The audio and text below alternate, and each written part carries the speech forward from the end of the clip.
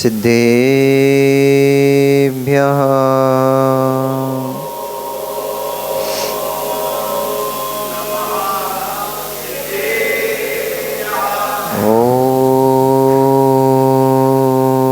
ओम नमः सिद्धेभ्यः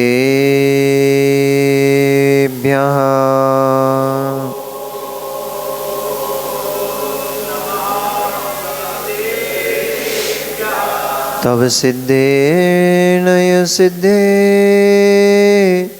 संयम सिद्धे चरित्र सिद्धया नाणमिदंसणं मेया सिद्धे शिरसा नमस्सामि सिद्धं संपूर्णमभ्यर्थं सिद्धेः कारणमुत्तमं प्रशस्त दर्शन ज्ञान चारित्र प्रतिपादनम सुरेंद्र मुकुट श्लिष्ट पाद पद्मांशुकेशरम प्रणमामि महावीरम लोकत्रितय मंगलम नमो अरिहंताणं नमो सिद्धाणं नमो आयर्याणं नमो वज्रायाणं नमो लोये सब्साहूणम्।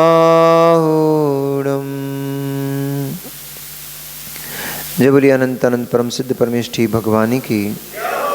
जय बोलिए अनंत अनंत 24 तीर्थंकर भगवानी की। आचार्य भगवंत कुंद कुंद देवी की। आचार्य भगवान रविशरण स्वामी महामुनि राज की। परम पूजनीय चर्या श्रोमणी अध्यात्म योगी आचार्य गुरुदेव श्री प्रवचन प्रवर्तक आचार्य श्री विशुद्ध सागर जी महामुनि राज की। अहिंसामयी जैन धर्म की। बीतरागी प्रभु श्री रामचंद्र भगवान की।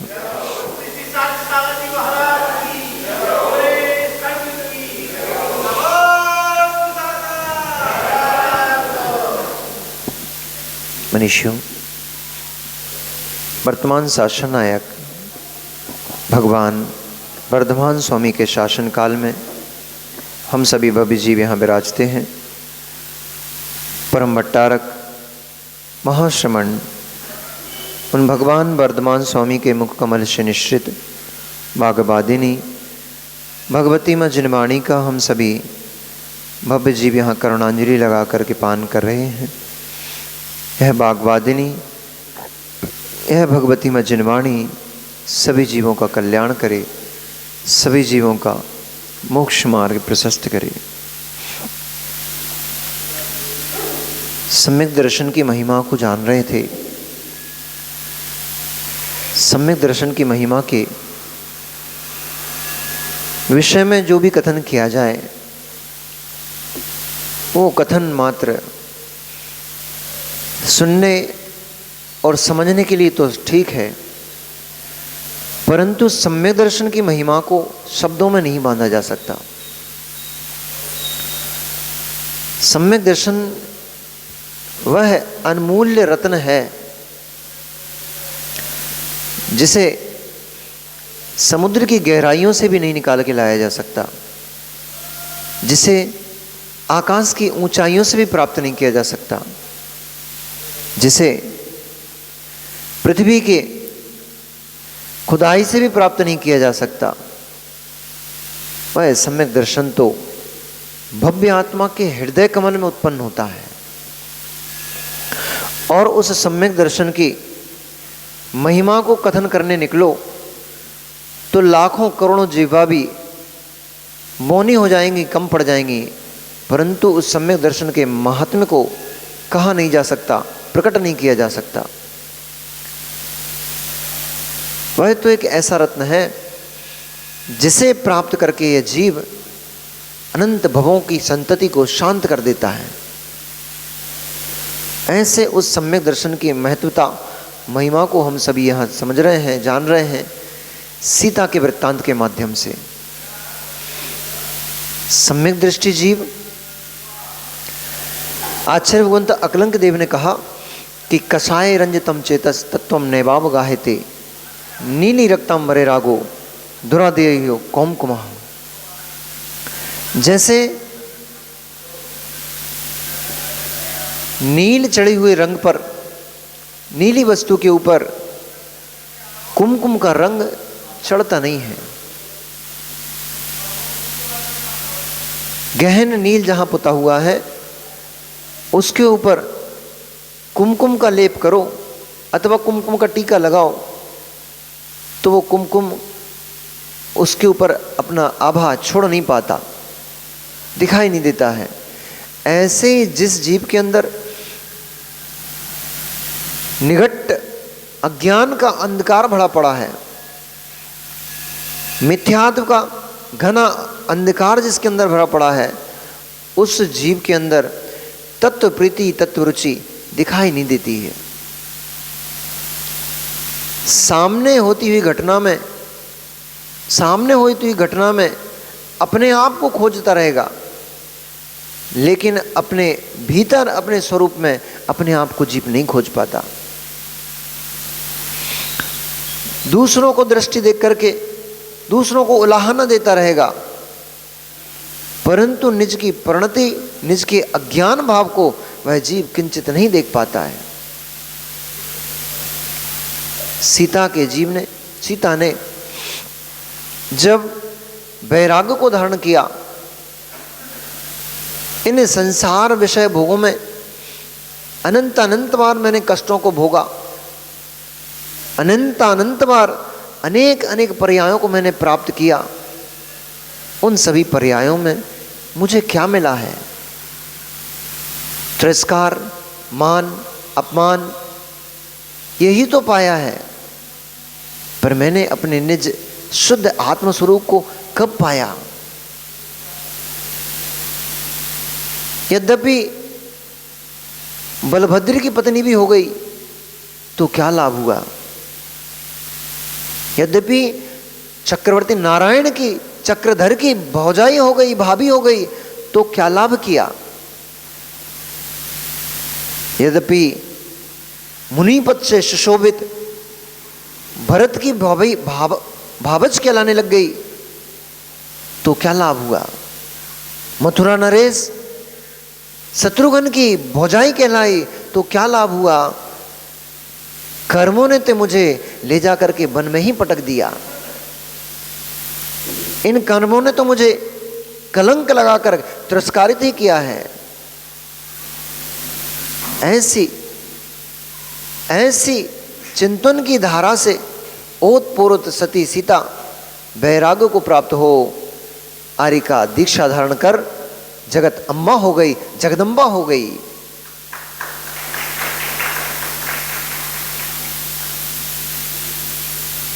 वह तो जीव चेत गया। जगत कष्टों को देख करके, संसार के परिभ्रमण की स्थितियों को देख करके वह जीव तो चेत गया। ये जीव कब चेतेगा?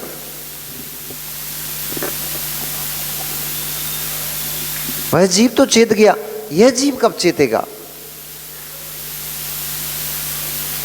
सब देखते थे, श्री रामचंद्र जी भी सब देखते थे और सब जानते भी थे, वे भी तो सम्यक दृष्टि थे। परंतु अहो फिर भी मोह कर्म की, मोहिनी कर्म की ऐसी दशा देखो। रामचंद्र जी जैसे ही चेतना को प्राप्त हुए, जैसे ही पुनः मूर्छा दूर हुई उनकी, उन्होंने हल उठा लिया और हल उठा करके देवों का आह्वान करने लग गए। हे देवों, तुमने मेरी सीता का हरण कर लिया है। यदि तुम्हें मुझसे सीता छीनना ही थी तो तुमने उस अग्निकुंड से उसकी रक्षा क्यों कर ली?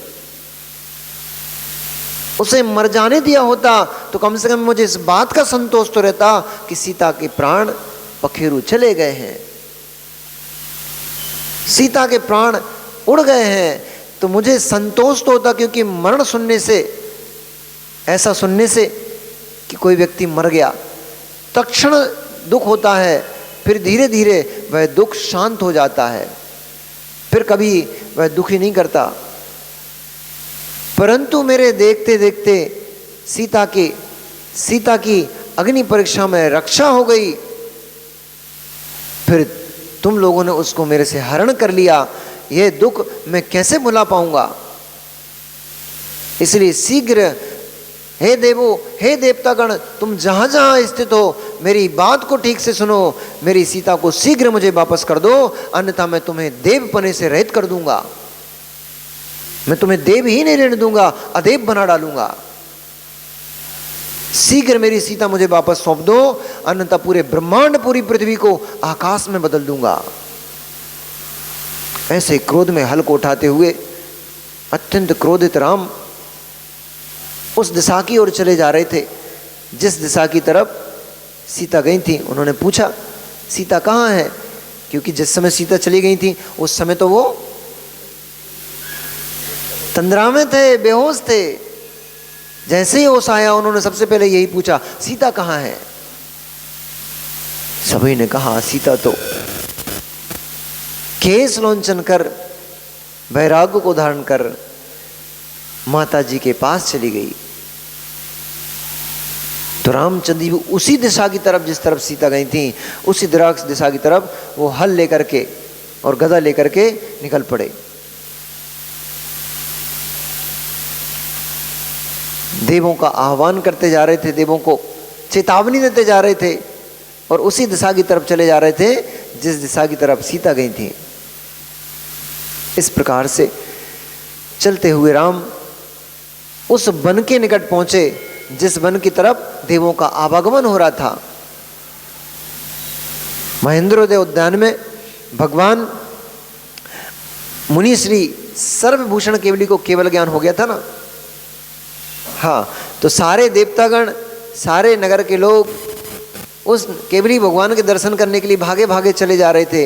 रामचंद्र जी भी रथ नहीं, हाथी नहीं, घोड़े नहीं, कुछ नहीं, पैदल पैदल उस लांगल को लिए और उस ओर चले जा रहे थे। परंतु क्रोध की भी सीमा है।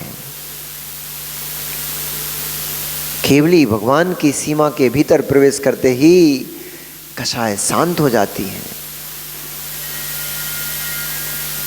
क्रोध तब तक था जब तक सकल भूषण केवली, सर्वभूषण केवली की केवल ज्ञान की ज्योति और जो देवकृत अतिशय था, उस अतिशय के बाहर जब तक राम थे तब तक क्रोध था, तब तक उन्हें देव शत्रु दिखाई दे रहे थे। परंतु सीमा के भीतर वे उन्हें भी शत्रु नहीं देख पाए। ये केवल ज्ञान का महात्म्य है, महिमा है। एक योजन तक ही, एक योजन के बाहर लोगों को क्लेश होता है। केवली भगवान जहां विराजे होते हैं, एक योजन तक न दुर्भिक्ष होता है, न अपवृष्टि अल्पवृष्टि होती है, न ही किसी को रोग शोक पीड़ा भय होता है। सब आनंद और सर्व गुणों से युक्त हो जाते हैं। एक योजन ऐसे में केवली भगवान जहां विराजे थे, रामचंद्र जी उसी तरफ चले जा रहे थे क्योंकि देवों का आवागमन उसी तरफ हो रहा था। इसलिए वो देवों से बोलते जा रहे थे, ठहरो, तुम कहां भागे जा रहे हो? पहले मेरी सीता को मुझे दो, तब मैं तुम्हें यहां से जाने दूंगा। इस प्रकार रामचंद्र, ये मोहिनी कर्म बड़ा परेशान करता है भैया। ये भी नहीं देखने देता कि जीव कौन है। बलभद्र पद पर सुशोभित राम, जो कभी नंगे पैर कभी नहीं चलते थे, पर सीता के राग में उन्हें कुछ भी ये भी नहीं दिखाई दे रहा कि मेरे पैर में खड़ाऊ नहीं है। नंगे पैर भागे जा रहे हैं। वे जो रामचंद्र जी हस्तिनी के ऊपर अथवा पुष्पक विमान में आरूढ़ होकर चलते थे, वे रामचंद्र जी जमीन पर नंगे पैर भागे भागे चले जा रहे हैं। मोह की दशा ऐसे ही है। तुम भी तो चले जाते हो भैया, अखिलेश भैया, जब देवी मायके चली जाती है तो लेने के लिए तुम भी तो ऐसे चले जाते हो, सारे काम छोड़ देते हो, दुकान बंद कर देते हो, घर के सारे काम छूट जाते हैं, तुम भी तो भागे भागे देवी को लेने पहुंच जाते हो। संसार की दशा ऐसे ही है। इसलिए एक दिन अपन ने देखा था, आचार्य भगवंत ने लिखा था कि कौन है जो स्त्री के बस में नहीं है, कौन है ऐसा सुभट जो स्त्री के बस में नहीं है। सारा जगत स्त्री के पीछे भागते फिर रहा है। तो रामचंद्र जी भी स्त्री के पीछे भागते फिर रहे, हमारी स्त्री हमें वापस दे दो भैया। ऐसे वे रामचंद्र जी सीता की खोज करते करते सर्वभूषण केवली के गंधगुटी के निकट पहुंचे। उनके अंदर जो क्षोभ, जो क्रोध उत्पन्न हो रहा था, वह है जैसे जैसे केवली भगवान के निकट पहुंचते जा रहे थे, वैसे वैसे उनका क्षोभ, उनका शोक, उनका क्रोध शांति को प्राप्त होते जा रहा था। भगवान की गंधकुटी के निकट जैसे पहुंचे, उनका सारा क्रोध शांत हो गया, सारा क्षोभ था शांत हो गया, विलीन हो गया। सारा दुख शोक जो उनके अंदर उत्पन्न हो रहा था, वह सारा शोक समाप्त हो गया। केवली भगवान के दर्शन कर वे अभिभूत हुए। उन्होंने अपने पर्याय को धन्य माना और कहा, अहो मेरा भाग्य, अहो मेरा भाग्य कि मेरी नगरी अयोध्या में आपको केवल ज्ञान की प्राप्ति हुई है। अहो भाग्य मेरा कि मुझे आप जैसे त्रिकालदर्शी पुरुष के दर्शन करने का सौभाग्य प्राप्त हुआ है। आप सकल ज्ञान से युक्त हैं प्रभु, आपकी दृष्टि, आपके ज्ञान से जगत में, ब्रह्मांड में ऐसा कौन सा पदार्थ है जो बाहर जाता हो, अर्थात सभी पदार्थ, उनकी सारी पर्याय आपके ज्ञान से कहीं भी बाहर नहीं जा सकती हैं, आपके ज्ञान में सिमट कर रह जाती हैं। ओह धन्य भाग्य मेरा है कि गंधकुटी में विराजमान श्री केवली भगवान आपके उपदेश को सुनूंगा और मैं अपनी आत्मा का कल्याण करूंगा। इस प्रकार भगवान सर्वभूति केवली उनकी दिव्य गुण स्तवन करते हुए और उनकी बहुत विशाल पूजन करते हुए रामचंद्र जी ने उनको बहुत बार नमस्कार किया। नमस्कार करके उन्होंने देखा किसी ओर इंद्र बैठा हुआ था, तो किसी ओर देवतागण भगवान को नमस्कार करके अपने अपने स्थानों पर बैठ रहे थे। कहीं स्त्रियां, कहीं पुरुष, कहीं मुनिराज बैठे थे, कहीं आरिका माताएं बैठी हुई थीं। ऐसे उस भगवान जनेन्द्र की सभा में रामचंद्र जी और लक्ष्मण आदि सभी अपने अपने उचित स्थानों पर वहां पर विराजमान हो गए। भगवान जनेन्द्र के सामने जब रामचंद्र जी ने दिव्य भक्ति की और उन्होंने निवेदन किया कि भगवान आप तो सकल के दृष्टा हैं, सकल के ज्ञाता हैं, आपके ज्ञान से बाहर कौन सा पदार्थ है, कौन सी वस्तु है, मेरी अनंत अनंत पर्याय आप जानते हैं, तो कृपया कर कहिए तो मैं भव्य हूं कि अभव्य हूं। क्योंकि इतने कष्ट, इतनी पीड़ा मुझे क्यों है, कृपया कर कहिए तो मैंने पूर्व भव में, पूर्व पर्याय में ऐसे कौन से पाप कर डाले जिनके कारण से मुझे ऐसे भयानक कष्टों को भोगना पड़ा। मुझे बार बार मेरी पत्नी के विरह का दुख क्यों सहन करना पड़ता है, क्यों उठाना पड़ता है। एक अच्छा विषय मिल गया, क्योंकि सभी लोगों की जिज्ञासा थी कि सीता ने ऐसा कौन सा पाप किया था जिसके कारण से सीता को रावण हर के ले गया। सीता ने ऐसा कौन सा पाप किया जिसके कारण से सीता को वन में फेंकवा दिया गया, वन में डाल दिया गया। रावण ने ऐसा कौन सा पाप किया, ये तो वर्तमान का पाप दिखाई दे रहा है, परंतु सीता के ऊपर आसक्त रावण क्यों था।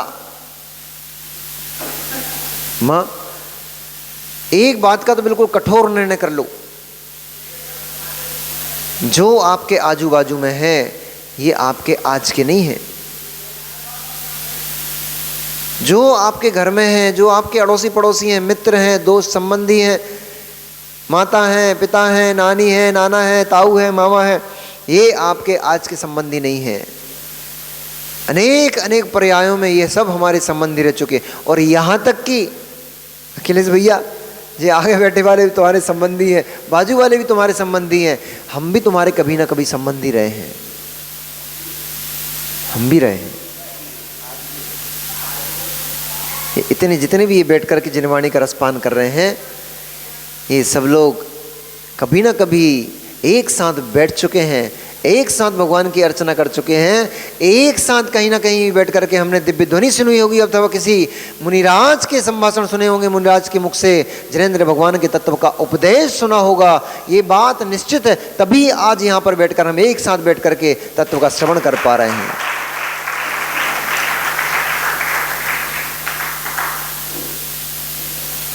ये कैमरे वाले भाई भी कभी ना कभी साथ में रहा होगा, तभी आज ये जिनवाणी की यहां पर रिकॉर्डिंग करके प्रेषित कर पा रहा है। परंतु तत्व तो सुना था भैया हमने दीपक भाई। जैसे मिथ्या दृष्टि लोग जिन मुद्राओं को देख करके मुख की आभा बिगाड़ लेते हैं, जैसे मिथ्या दृष्टि लोग सम्यक मार्ग का अवर्णवाद अपवाद करते हैं, जैसे मिथ्या दृष्टि लोग समीचीन मार्ग का अनुसरण नहीं करते हुए उसको खोटा बतलाते हैं और खोटे मार्ग का अनुसरण कर उसको सम्यक बतलाते हैं, जैसे मिथ्या दृष्टि जीव हिंसा में धर्म मानते हैं, जैसे मिथ्या दृष्टि जीव असंयम को धर्म मानते हैं, जैसे मिथ्या दृष्टि जीव कुतप करते हैं, ऐसे ही हमने भी कभी मिथ्यात्व से ग्रसित होकर के तत्व का उपदेश तो सुना होगा, लेकिन उस तत्व के उपदेश पे श्रद्धा नहीं किया। इधर बैठे हैं क्योंकि कहीं ना कहीं तो बैठ चुके हैं, इसलिए इधर बैठे हैं, ये तो पक्का है, लेकिन सम्यक मार्ग का अनुसरण नहीं कर पाए, सम्यक मार्ग को सत्य नहीं देख पाए, इसलिए वहां से चलकर यहां तक पहुंच गए हैं। जिन्हें भगवान की दिव्य देशना सुन करके और उस समीचीन मार्ग को समीचीन भी देख लिया होता तो भी संसार नष्ट हो जाता हमारा, तो भी हम अब यहां बैठे ना मिलते। यहां बैठे हैं, इसका अर्थ यही है कि अभी तत्व के ऊपर श्रद्धा सही नहीं कर पाए थे। कहा सुना, इससे अभी भी होता है ना, अभी बहुत अच्छा लगता है, आके बोलते महाराज जी जब प्रवचन में बैठते हैं तब तो ऐसा लगता है सारा संसार व्यर्थ है, कुछ काम का नहीं है संसार में, और ऐसा लगता है हम सबको त्याग कर करा के अब एकत्व विभक्त अपनी आत्मा में लवलीन हो गए हैं। और जैसे दरवाजे के बाहर जाते हैं वो देवी कहती है चल रहे हो छोड़ने के, स्कूटर की चाबी हमें दे दो, बैठो तुम यहीं।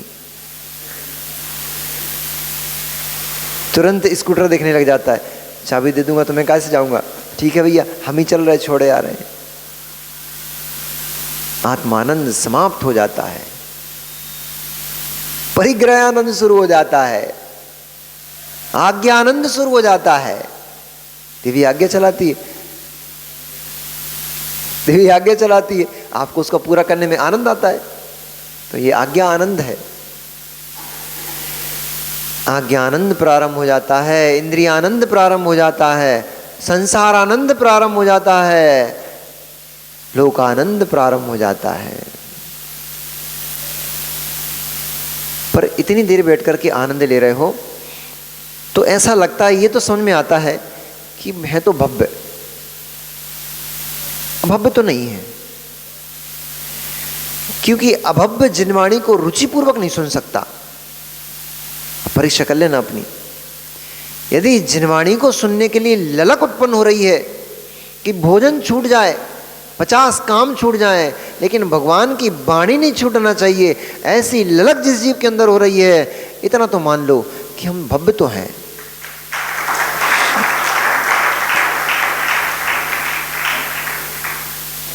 योग सागर जी क्या कहते हैं, वो कि जिनवाणी न सुहाए, के ऊँघे के लड़पड़े, के उठ घुर के जाए। कैसा है शुरू में? मिथ्या दृष्टि जीव को, जिन वचन न जिनवाणी न सुहाए। मिथ्या दृष्टि जीव को, जिनवाणी न सुहाए, के ऊँघे के लड़पड़े, के उठ घर को जाए। मिथ्यात्व से जिसकी प्रणति दूषित है, ऐसे जीव को जिनवाणी रुचिकर नहीं लगती है। या तो सभा में बैठा बैठा झोंके खाते रहेगा, ऊँघता रहेगा। कौन ले रहा है साहुरे झटके? कौन ले रहा है? साहुरे झटके ले रहे क्या?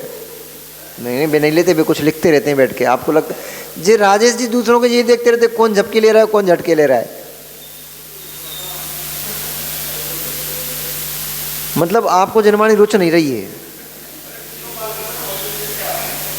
भाई। जिनवाणी जिसको रुच रही होती है वो जिनवाणी का आनंद। अरे विवेक भैया बताओ तो, कोई जीव को रसगुल्ले का आनंद आ रहा है यदि खाने का, वो बढ़िया टेस्ट आ रहा है और स्पंजी जैसा आपको पसंद है, वैसा बना है, तो वो रसगुल्ला खाने में दिमाग लगाएगा कि इधर उधर देखने में लगाएगा कि कौन कहाँ जा रहा है, कौन कहाँ से आ रहा है? वो तो मुंह में रसगुल्ला डालेगा, आंख बंद करके उसकी चाशनी को चूसेगा। मुंह में पानी नहीं लाना, नहीं तो मुंह में पानी आ जाए, बोले महाराज जी आनंद आ गया रसगुल्ले का। परंतु जिसको शुगर है, जिसको शुगर की बीमारी है, वो तो कहेगा ये तो सब फालतू की चीजें, रसगुल्ला रसगुल्ला बेकार चीजें, नहीं खाना चाहिए, क्योंकि शुगर है। वो शुगर है। ऐसे जिस जीव को जो शुगर रोग से पीड़ित है, जो शुगर रोग से पीड़ित है, अभी अपनी अपनी तरफ इशारे कर रहे हैं, देखो महाराज जी हमें शुगर हो गई है। फीकी चाय पीना पड़ती है, फीका दूध पीना पड़ता है। जिनको है, अरे वो त्याग ऐसा त्याग थोड़ी, वो तो वैसा वाला त्याग हो गया है। अब जब मिलती है नहीं खाने को, डॉक्टर ने मना कर दिया कि इतनी सी एक कण भी नहीं खा सकते पी सकते, तो भैया अब क्या करें, छोड़ दो। फिर भी आपने बहुत अच्छा करो भैया, त्याग कर, फिर भी नहीं छूटती। ये लगा रहता है मन में, कछु नहीं तो इतनी सी एक करचिया तो डाल ही लेंगे, कुछ नहीं है तो शुगर फ्री डाल लेंगे,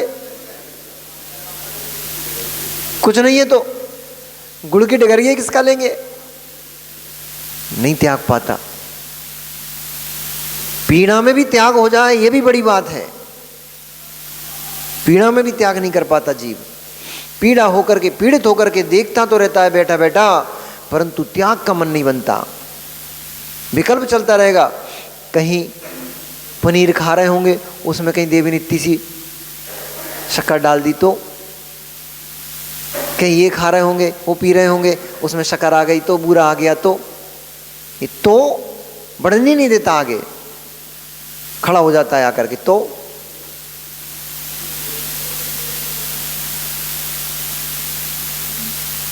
त्याग का आनंद त्यागी ले सकता है। ऐसे ही सम्यक दृष्टि जीव जो है, उसे ही जिनवाणी रुचकर लगती है। जिनवाणी के शब्द उसके कानों में ही मिश्री घोलते हैं, आनंद प्रदान करते हैं। मिथ्या दृष्टि जीव को तो रुचिकर नहीं लगती, नींद जाती है, ऊँघने लगता है।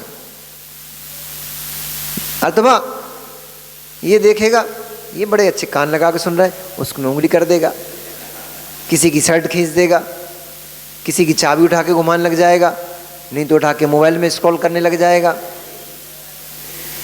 कहूँगे कह लड़ पड़े, और ज्यादा ही हो गई तो उठ के घर चले जाते हैं। पर को देखते देखते कितने भव नष्ट कर डाले मित्र, कब देख पाओगे अपने को। पर मैं ही दृष्टिपात, यही तो कह रहे हैं।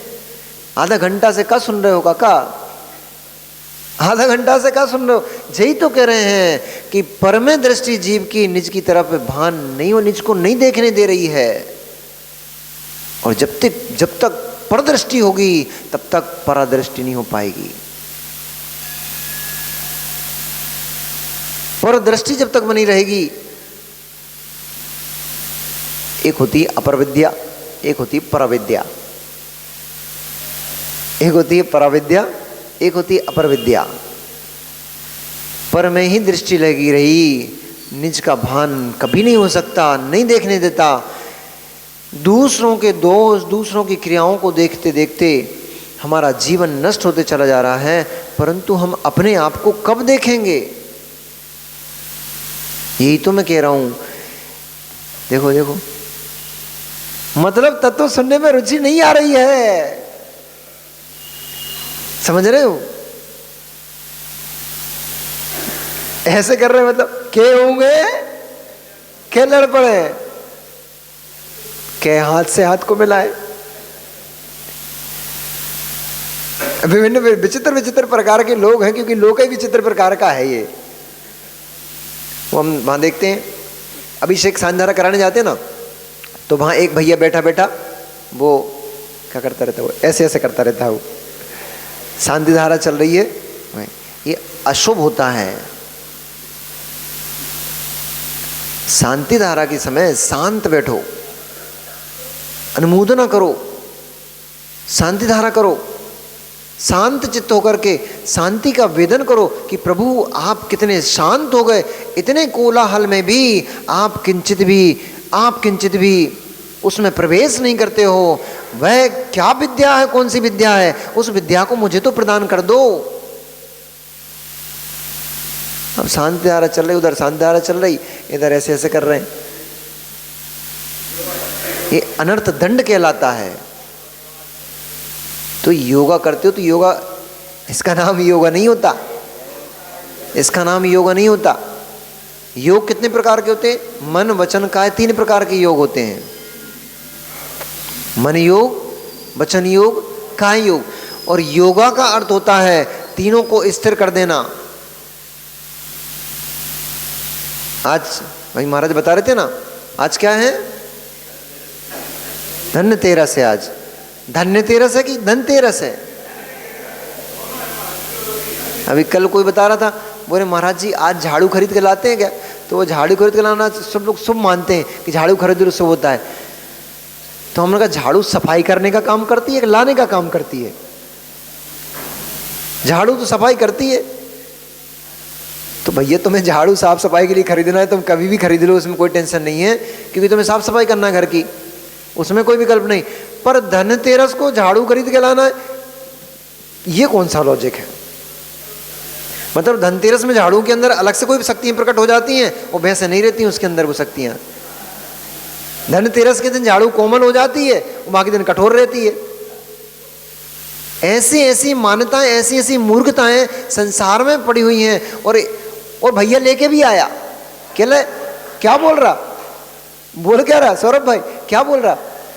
कह रहे महाराज जी कैसे कैसे लोग मूर्ख हैं, कह रहे कैसे कैसे लोग मूर्ख हैं, उनको लगता है धनतेरस के दिन झाड़ू खरीद के ले आएंगे तो हमारे घर में धन की वर्षा होगी। मैंने सोचा मैं भी 2 के ले चलता हूं। कह रहा महाराज जी परेशानी चल रही, कड़की में चल रहा हूं मैं। वो आया नहीं अभी आज, कह रहे वो महाराज जी बड़ी कड़की में चल रहा हूं मैं, तो मैंने सोचा 2 झाड़ू मैं भी ले आऊं, थोड़ा धन मेरे घर में बरस जाएगा, इस दिवाली मेरे की भी दिवाली बन जाए। बोले मैंने कहा पागल आदमी, कह भी रहा है कि कैसे कैसे मूर्ख लोग हैं, झाड़ू के खरीदने से कोई धन मिलता है क्या? वो कह रहा, फिर दूसरी तरफ बोल रहा मैंने सोचा मैं भी खरीद लूं 2, तो मैं भी ले आया।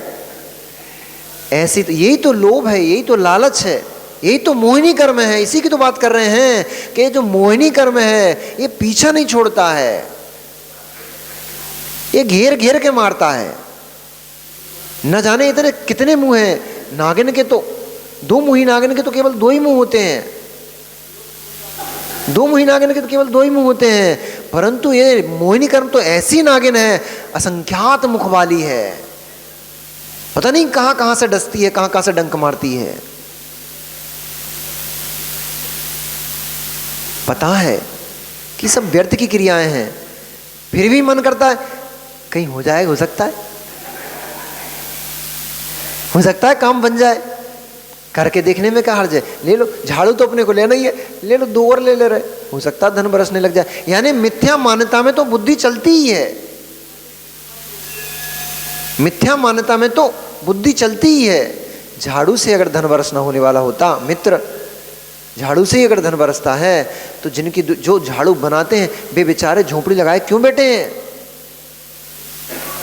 झाड़ू से ही धन बरसता है। तो दुकान पे तो झाड़ू के भंडार लगे हुए हैं, जिनके पास झाड़ू का होलसेल का काम है उनके तो गोडाउन भरी हुई झाड़ू से। उनके तो हर दिन करोड़ों रुपए की संपत्ति आना चाहिए,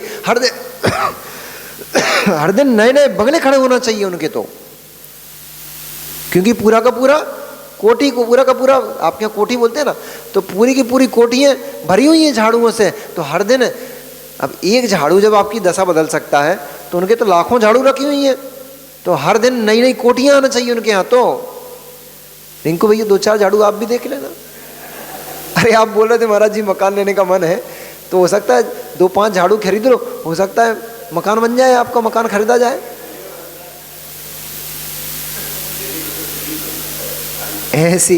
ऐसे झाड़ुओं से धन बरसने लग जाए तो धर्मात्मा का होना, धर्म कर्म की क्रिया करना, दान पुण्य करना, ये सारी क्रियाएं व्यर्थ हो जाएंगी। ये बेचारे फालतू में, क्या नाम है इनका, बैटरी वाले देवेंद्र भैया, जे बेचारे फालतू में 5 बजे 6 बजे से उठ के भागते हैं, सुबह कैन लटकाए चले आते हैं मुनिराजों के पाद प्रक्षालन के लिए। हम तो यही देखते रहते हैं, देखो कैन में 1 गिलास पानी लेके आया, कैन भर के पुण्य कमा के ले जा रहा है बंदा।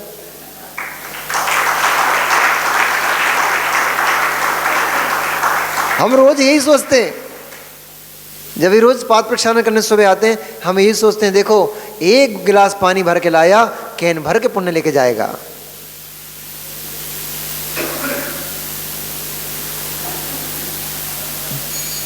अपना अपना है।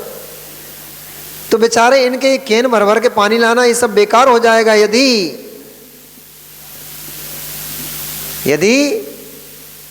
झाड़ुओं से पैसा बरसने लग जाएगा, झाड़ू खरीदने से धन संपत्ति आने लग जाएगी, घर में सुभिक्षता आने लग जाएगी, तो सारी दान आदि की क्रियाएं व्यर्थ हो जाएंगी, सारी धर्म कर्म की पूजन आदि अनुष्ठान सब व्यर्थ हो जाएंगे और सारी शुभ क्रियाएं व्यर्थ हो जाएंगी। फिर तो अनेक प्रकार की लोक में मूर्खताएं चल रही हैं, वे सारी मूर्खताएं ही फलीभूत हो जाएंगी। चबूतरों को पूजने से धन बरसता है, तो वे चबूतरे फटे काहे पड़े, टूटे काहे पड़े, हमें तो ये समझ में आज तक नहीं आई। चबूतरा नहीं समझते।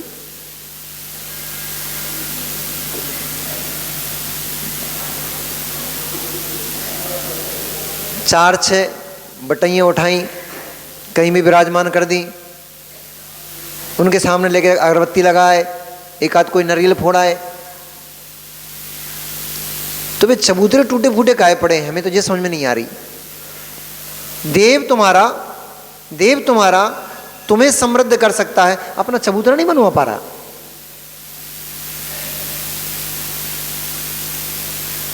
इसलिए लौकिक मान्यताओं में इतने मत उलझो कि सर्वस्व को ही भूल जाओ।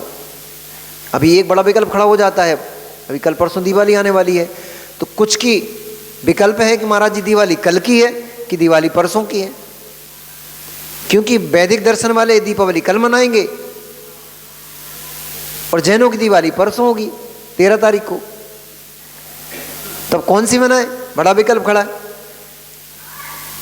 वैदिक दर्शन वाले, ऐसी उनकी मान्यता है कि रामचंद्र जी अयोध्या आए थे आज कार्तिक कृष्ण अमावस्या के दिन, इसलिए वो कल दिवाली मना रहे हैं। लेकिन जैन जो दिवाली मनाते हैं वो इसलिए मनाते हैं क्योंकि भगवान महावीर स्वामी को निर्वाण की प्राप्ति हुई थी, मोक्ष की प्राप्ति हुई थी, और वो पौराणिक बेला में हुई थी। इसलिए वो 13 तारीख की पौराणिक बेला में गए मोक्ष। 13 तारीख से मतलब कार्तिक कृष्ण अमावस्या की पौराणिक बेला में मोक्ष गए। इसलिए कार्तिक कृष्ण अमावस्या की पौराणिक बेला मनाई जाएगी। अब वो 13 को चाहे 12 को, कैलेंडर में देख लेना, कार्तिक कृष्ण अमावस्या पौराणिक बेला कब पड़ेगी, तो 13 की सुबह पड़ेगी, तो इसलिए 13 की दिवाली है। उस कार्तिक कृष्ण अमावस्या की संध्या बेला में, गोधूली बेला में गणधर परमेष्ठी गौतम स्वामी को केवल ज्ञान की प्राप्ति हुई थी, इसलिए संध्या की जो पूजन होती है वो गणधर परमेष्ठी और शुद्ध की पूजन होती है। ये भी लोगों के विकल्प हैं, कौन सी पूजन करें। कुछ तो खीर पूड़ी बना करके खीर पूड़ी चढ़ाते हैं। अरे भैया, शुद्ध की पूजन है, केवल ज्ञान की पूजन है, केवल ज्ञान की पूजन है, शुद्ध की पूजन है। तो वहाँ पर आपके यहाँ केवली भगवान के चरण हो तो केवली भगवान के चरणों को विराजमान करो, नहीं हो जिनवाणी माँ को विराजमान करो। शास्त्र को, लाल पुस्तक नहीं, जिनवाणी मतलब शास्त्र। प्रथमानुयोग, कर्णानुयोग, चरणानुयोग, द्रव्यानुयोग। आपके यहाँ 4 अनुयोग हैं। चारों अनुयोगों के शास्त्रों को अच्छे बढ़िया अच्छी पीठ सजाओ एक। अब ऐसे पता लगा लुटिया के ऊपर रख दें कि वो लकड़ी के ऊपर के ऊपर रख दें। अरे जिनवाणी का बहुमान करो। जिनके पास तत्व का कुछ भी नहीं है उनको देखो कि शास्त्रों का कितना विनय करते हैं और कितना बहुमान करते हैं। चवर ढोते हैं, गद्दों पे बैठाते हैं। और तुम्हारे पास केवली भगवान की साक्षात वाणी है, तुम उसकी वैल्यू नहीं कर पाते हो। अच्छी बढ़िया आसन बनाओ, उस आसन को मखमली गद्दों से गद्दे रखो, उसके ऊपर बैठने के लिए तो 10 लाख रुपया को सोफा चाहिए। बैठने के लिए तो 10 लाख रुपए का सोफा चाहिए। और जिनवाणी माँ को बिठाने के लिए ऐसा बोसा बोसाया फटा चिथा से एक अचार निकाल के ले आते हो, 50 साल से जो यूज नहीं हुआ हो, ऐसा ढूंढ ढाड़ के पता नहीं कहाँ से खोज खाज के ले आते हो। श्रुत की विनय करो, केवल ज्ञान प्रकट होगा। श्रुत की विनय करो, केवल ज्ञान प्रकट होगा। अच्छा आसन लगाओ बढ़िया, आसन के ऊपर नरम नरम गद्दा बनाओ बढ़िया एक, उस गद्दे के ऊपर अछार बिछाओ, अछार के ऊपर फिर जिनवाणी माँ को विराजमान करो। चारों अनुयोगों को, वो जो क्या बोलते हो आप इसको, उपलासन, यानी जो रखने का होता है ना, ऐसे अछार में लपेट करके और चारों अनुयोगों शास्त्रों को विराजमान करो। उनके ऊपर चवर डुराओ, छत्र लगाओ, रत्न आदि की वृष्टि करो, पुष्प आदि की वृष्टि करो। अब तुम जिसके यहाँ ओरिजिनल पुष्प चलते हो वो ओरिजिनल करे, जिसके ऊपर ओरिजिनल पुष्प नहीं चलते हैं वो रत्नवी पुष्पों की वृष्टि करो। चांदी के पुष्प, स्वर्ण के पुष्प, इनकी पुष्प के ऊपर उनके ऊपर वृष्टि करो। नहीं हो सामर्थ्य तो चावल, सफेद पीले चावल ले लो, उनका निक्षेप कर लो, पुष्प निक्षेप से, द्रव्य निक्षेप से उन पुष्पों को उनके ऊपर क्षेपण करो। फिर गणधर परमेष्ठी की अष्टद्रव्य से पूजन करो, जिनवाणी की अष्टद्रव्य से पूजन करो, वस्त्र भेंट करो जिनवाणी को। उसके बाद केवल ज्ञान का प्रतीक स्वरूप दीपक प्रज्वलित किए जाते हैं। 24 तीर्थंकर भगवान के 24 करते हैं, 64 रिद्धियों के 64 करते हैं, 16 कर्ण भावनाओं के 16 करते हैं। जितने करना हो, 24 करना हो, 64 करना हो, 16 करना हो, 8 अष्ट रिद्धि भगवान केवली को चार ज्ञान की प्राप्ति हुई, 4 घातीय कर्म नष्ट किए तो 4 गुणों की प्राप्ति हुई। तो चोमक वाला दिया रखते हैं उसके लिए, चोमक वाला मतलब 4 बाती वाला जो दिया होता है ना, वो उसके लिए रखते हैं। इस प्रकार से ये केवल उपलक्षण रूप में है, ये केवल स्मरण करने के लिए प्रतीक स्वरूप में है, आलम्बन है मात्र है। बाकी तो सारे खेल आपकी भावों की दशा का है। तो पुनः जो योग है वो मन वचन काय योग है। उस मन वचन काय को स्थिर करने का नाम धर्म ध्यान है। मन को, वचन को, काय को, इसको स्थिर करने का नाम धर्म ध्यान है। अब अगर काय स्थिर नहीं हो पा रही है, मन स्थिर पूर्ण रूप से नहीं हो पा रहा है, वचन स्थिर नहीं हो पा रहे हैं, तो कम से कम इनको शुभ क्रिया में लगाओ। गुप्ती में नहीं जा पा रहे हो तो फिर समिति में आओ, समिति में आओ, समीचीन करो, तो शुभ क्रिया करो। अभिषेक करना शुभ क्रिया है, द्रव्य क्षेपण करना शुभ क्रिया है, आहार आदि दान करना शुभ क्रिया है, जिनवाणी का पठन पाठन करना शुभ क्रिया है, नमस्कार करना शुभ क्रिया है, आवर्त करना शुभ क्रिया है, भगवान की महिमा गाते हुए अपने शरीर को गति प्रदान करना ये शुभ क्रिया है। तो अगर मन स्थिर नहीं हो रहा है, वचन स्थिर नहीं हो रहे हैं, काय स्थिर नहीं हो रहा, तो कम से कम शुभ क्रिया में लेके जाओ। भगवान के सामने बैठ करके ये अशुभ क्रिया, ये अनर्थ दंड होता है, इसमें पाप कर्म का आश्रय होता है, जिनेंद्र भगवान की अभिनय होती है।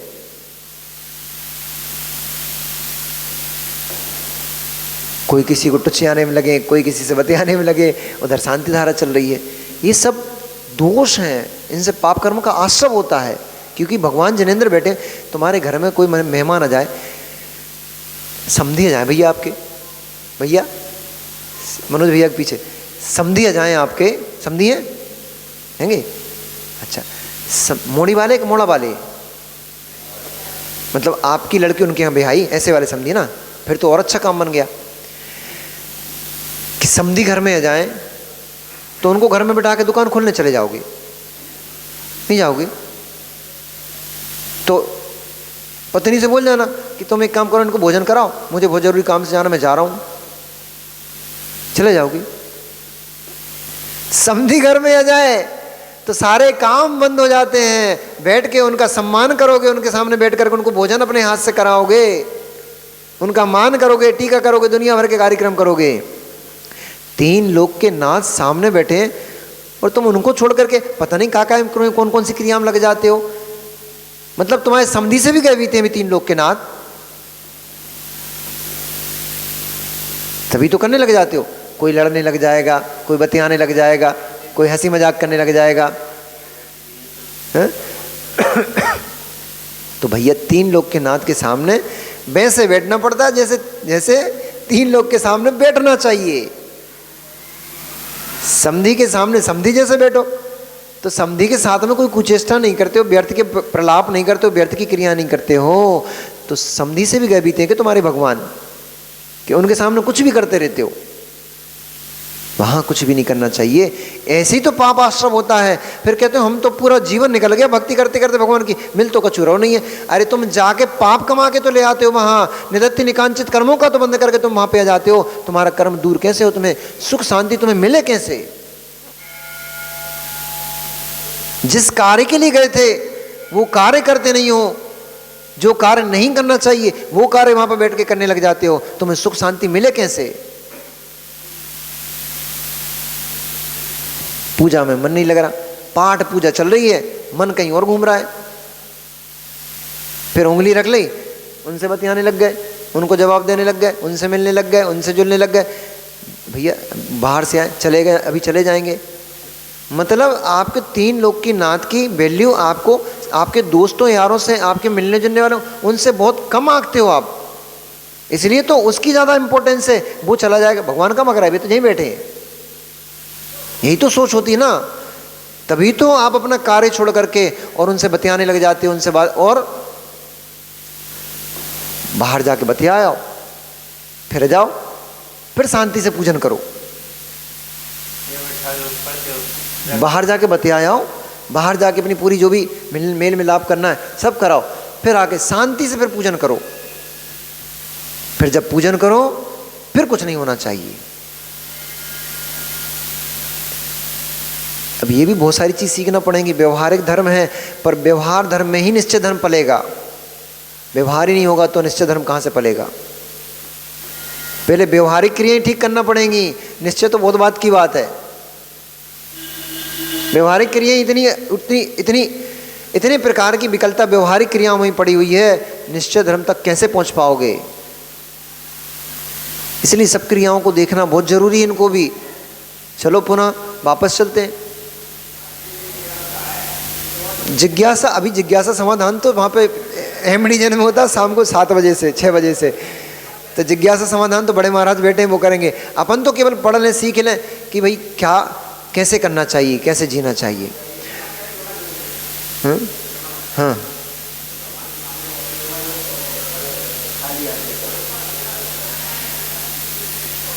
शाम को पूछिए।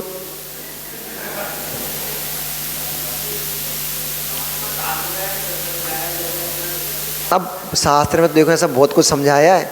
और प्रातिहार अष्ट होते हैं, प्रातिहार केवल 2 नहीं होते हैं। ठीक है, तो चढ़ाते हो तो बाकी के 6 प्रतिहारों को क्यों छोड़ देते हो? 6 और चढ़ाना चाहिए। छत्र और चमर में इतना विवाद करते रहते हो आप लोग, परंतु 6 प्रतिहार क्यों भूल जाते हो? आपके केवल भगवान जिनेंद्र के ऊपर, भगवान जिनेंद्र के समक्ष 8 प्रतिहार होते हैं, अष्ट प्रतिहार होते हैं, 2 प्रतिहार नहीं होते हैं। अगर आप ऐसा करते हो तो फिर आपकी आने वाली पीढ़ी केवल 2 ही प्रतिहार गिनेगी, 6 प्रतिहार गायब हो जाएंगे, धर्म का अवर्णवाद हो जाएगा। इसलिए बहुत सारी चीज़ें भविष्य को सोच समझ के करना चाहिए, आगे तक की सोच रख के करना चाहिए। केवल वर्तमान को ही मत देखते रहो और केवल इतना ही मत देखते रहो। भक्ति में तो करो, भक्ति तो करो, लेकिन भक्ति में इतने मत डूब जाओ कि अतिरेक हो जाए। शब्द डुराने का प्रकरण आता है, शब्द डुराओ, कोई समस्या नहीं है। छत्र लगाने का, छत्र चढ़ाने का प्रकरण आता है, छत्र चढ़ाओ, कोई प्रकरण उसमें वो नहीं है।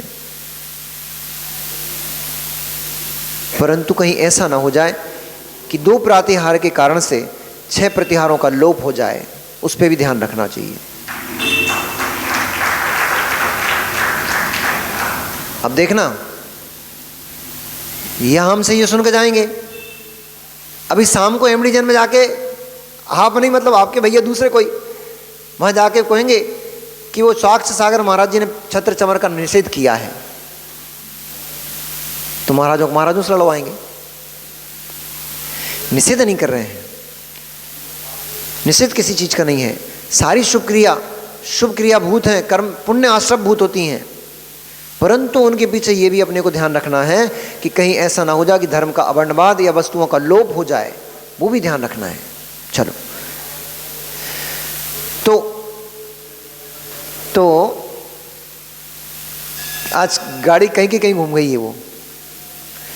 इस प्रकार से मोहिनी कर्म के वशीभूत हुआ जीव सम्यक मार्ग का अनुसरण नहीं कर पाता है।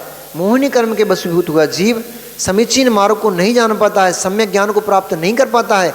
इसलिए कुपंथों में, कुमान्यताओं में और मिथ्यात्व में पड़ा यह संसारी जीव अनेक प्रकार की चेष्टाएं, अनेक प्रकार के कर्मों को करता रहता है। ऐसा करते हुए श्री रामचंद्र जी जब वहाँ पहुँचे, उन्होंने भगवान जिनेंद्र को नमस्कार किया। नमस्कार कर उन्होंने पूछा कि भगवान, मैं भव्य हूँ कि अभव्य हूँ? क्योंकि संसार में जो मेरी विचित्रता होती दिख रही है, उसको देख करके मुझे कुछ भी समझ में नहीं आता कि मैं भव्य हूँ कि अभव्य हूँ। यदि मैं भव्य हूँ तो मेरा कल्याण कब होगा, मैं मोक्ष को प्राप्त कब करूँगा? इतनी आपत्ति विपत्तियां भोगने पर भी मुझे वैरागी की उत्पत्ति क्यों नहीं हो रही है? मैंने कौन से ऐसे पाप कर्म किए हैं पूर्व पर्यायों में, पूर्व भवों में, जिसके कारण से मुझे ये सब देखना पड़ रहा है? सीता से मेरा बुच्छो क्यों होता है? लक्ष्मण मेरा इतना घनिष्ठ क्यों है? मुझे लक्ष्मण से इतना राग क्यों है? इस प्रकार से अनेक प्रश्न उन्होंने, विभीषण मेरे शत्रु का भाई होकर के भी मेरे पक्ष में क्यों आया? ऐसे अनेक प्रश्नों के जब उन्होंने प्रश्न किए, तब भगवान केवली सर्वभूति मुनिराज, केवली भगवान सर्वभूति, उन्होंने अपने केवल ज्ञान रूपी सूर्य को प्रकट करते हुए, अपने केवल ज्ञान रूपी सूर्य की रश्मियों को प्रखर करते हुए कहा कि हे राजन, इन सबका और तुम्हारा संबंध बहुत पुराना है। ये कथा आज की नहीं है। आज तुम्हें बिच्छू दिखता है, ये आज का बिच्छू नहीं है। आज तुम्हें रावण शत्रु दिखा, ये शत्रु आज का नहीं है। ध्यान से समझना मां, क्योंकि इसी कारण से तो हम संक्लेशता को प्राप्त होते हैं। चारवाक बने बैठे हैं हम। वर्तमान में सर्वाधिक संख्या चारवाकों की है। दिखाई नहीं देगा आपको, न मंदिर के रूप में दिखाई देगा, न मठ के रूप में दिखाई देगा, न गुरुद्वारे के रूप में दिखाई देगा, न मस्जिद के रूप में दिखाई देगा, न चर्च के रूप में दिखाई देगा। वो कहीं इस रूप में आपको दिखाई नहीं देगा, परंतु सबसे अधिक संख्या चारवाकों की है। प्रत्यक्ष प्रमाणवादी, जो आत्मा के सिद्धांत को ही नहीं मानते हैं, आत्मा के अस्तित्व को ही नहीं मानते हैं, वे सब चार्वाक। जो पुण्य पाप को नहीं मानते वे सब चार्वाक। जो शुभ अशुभ को नहीं मानते वे सब चार्वाक। जो लोक में पुनर्जन्म को नहीं मानते वे सब चार्वाक। जो स्वर्ग मोक्ष नरक आदि को नहीं मानते वे सब चार्वाक। आपके घर घर में चार्वाक पल रहे हैं। जैन मंदिरों में पूजन करते चार्वाक पल रहे हैं। पूजन पाठ की अनुष्ठानों की क्रिया करते, यज्ञ हवन करते हुए चार्वाक पलते दिख रहे हैं। जिनका अब देख लगा लेना भैया, कहीं हम चार्वाक तो नहीं बैठे हैं। जिनको ये बहुत पापी है, इसने मुझे बहुत कष्ट दिया है, चार्वाक।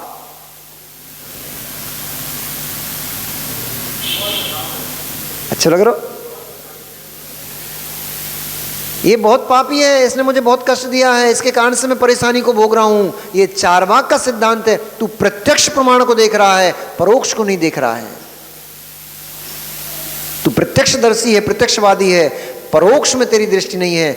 यदि तूने परोक्ष में पाप कर्म ना किया होता, कर्म का बंध ना किया होता, तो संसार में ऐसा कौन सा व्यक्ति है जो तुझे कष्ट दे सकता था? निमित्त को तूने कर्ता बना दिया। ये चार्वाक की बुद्धि है, ये जैन सिद्धांत नहीं है। स्वर्ग नरक कुछ नहीं होते। कौन ने देखे? तुमने देखे क्या? चार्वाक। भगवान कुछ नहीं होते। दिखाई दे रहे हैं तुम्हें भगवान? है तो फिर आए दिखे। चार्वाक। सब कुछ प्रत्यक्ष ही देखना चाहता है, परोक्ष प्रमाण के ऊपर जिसका कोई भी लक्ष्य नहीं है, ऐसा जीव चार्वाक मत से ग्रसित है। चाहे वो संप्रदाय किसी में भी बैठा हो, संप्रदाय किसी में बैठा हो, पूजन करता हो, पाठ करता हो, जप करता हो, तप करता हो, कुछ भी करता हो, परंतु जिसका सिद्धांत आत्मा के अस्तित्व के, जिसका सिद्धांत भैया विघ्न करणम अंतरायस्य, विघ्न करने से अंतराय कर्म का बंध होता है।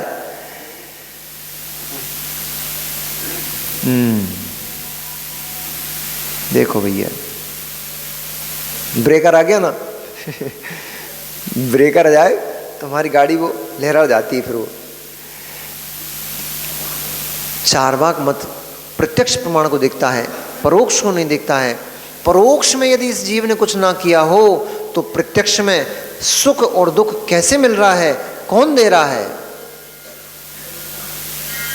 हम निमित्त को कर्ता बना के देख रहे हैं, इसलिए कष्ट से ग्रसित हैं। और निमित्त को कर्ता बना दिया है हमने, इसलिए हम जैन सिद्धांत से दूर चले गए, हम मिथ्यात्व में प्रवेश कर गए। कर्ता बाहर का नहीं होता, अथवा जो दिख रहा है जरूरी नहीं वही करता हो, जो नहीं दिख रहा जरूरी नहीं ऐसा कोई करता ना हो, जो नहीं दिख रहा वो भी करता हो सकता है, और अक्सर वही करता होता है। कर्म दिखाई नहीं देता आपको, कर्म दिखाई नहीं देता आपको, भूख दिखाई देती है, भूख अनुभव में आती है, कर्म दिखाई नहीं देता। परंतु भूख से नहीं लगती है, भूख वेदनी कर्म से लगती है। प्यास लगती दिखाई देती है, प्यास का अनुभूति होती है, लेकिन जो प्यास को देने वाला कर्म होता है वो कर्म दिखाई नहीं देता। असाता वेदनी कर्म होता है जो प्यास लगाता है।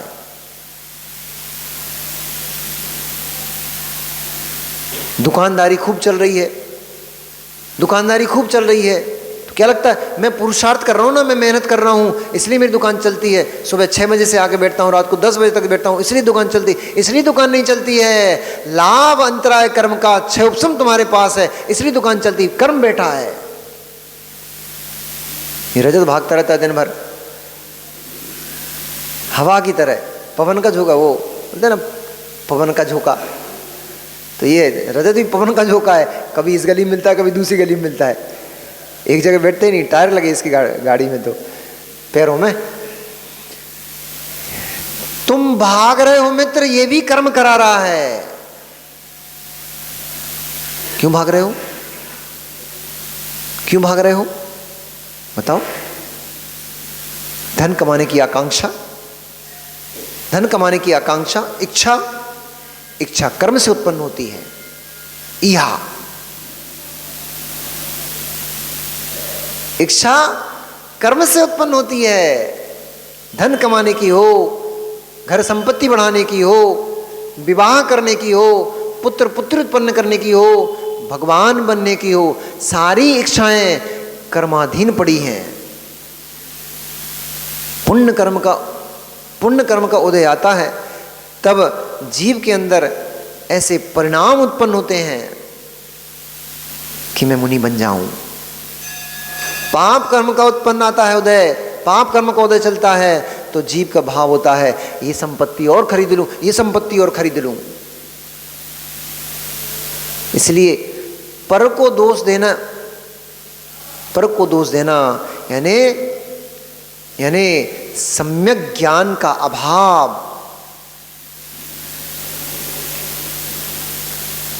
रामचंद्र जी क्या कह रहे? रामचंद्र जी क्या कह रहे? देवों को दोष दे रहे थे, परंतु जैसे ही केवली भगवान के निकट पहुंचे, समझ में आ गई कोई करता नहीं है, कोई मेरी सीता को हरण करके नहीं ले गया है, किसी ने कुछ भी नहीं किया है, जो हो रहा है मेरे ही दुर्भाग्य से, मेरे ही कर्मों के निमित्त से हो रहा है। अब जब रामचंद्र जी ने इतने सारे प्रश्न पूछे, उन्होंने कहा, केवली भगवान ने कहा कि मित्र तेरा संबंध इनसे, हे राजन तुम्हारा संबंध इनसे आज का नहीं है, ये बहुत पुरानी कथा है। उस कथा को मैं कहता हूं, सो ध्यान लगा करके सुनो, ध्यान लगा करके सुनना। कल मोरियंताड़म। अच्छा एक चीज और, कल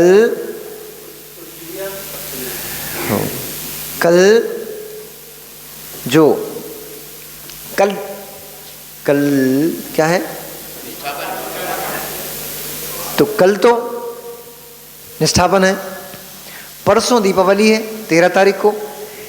13 तारीख को मुनिराज आपके नगर में, आपकी कॉलोनी में, नगर में तो ज़्यादा है, कॉलोनी में आपके 3 मुनिराज हैं।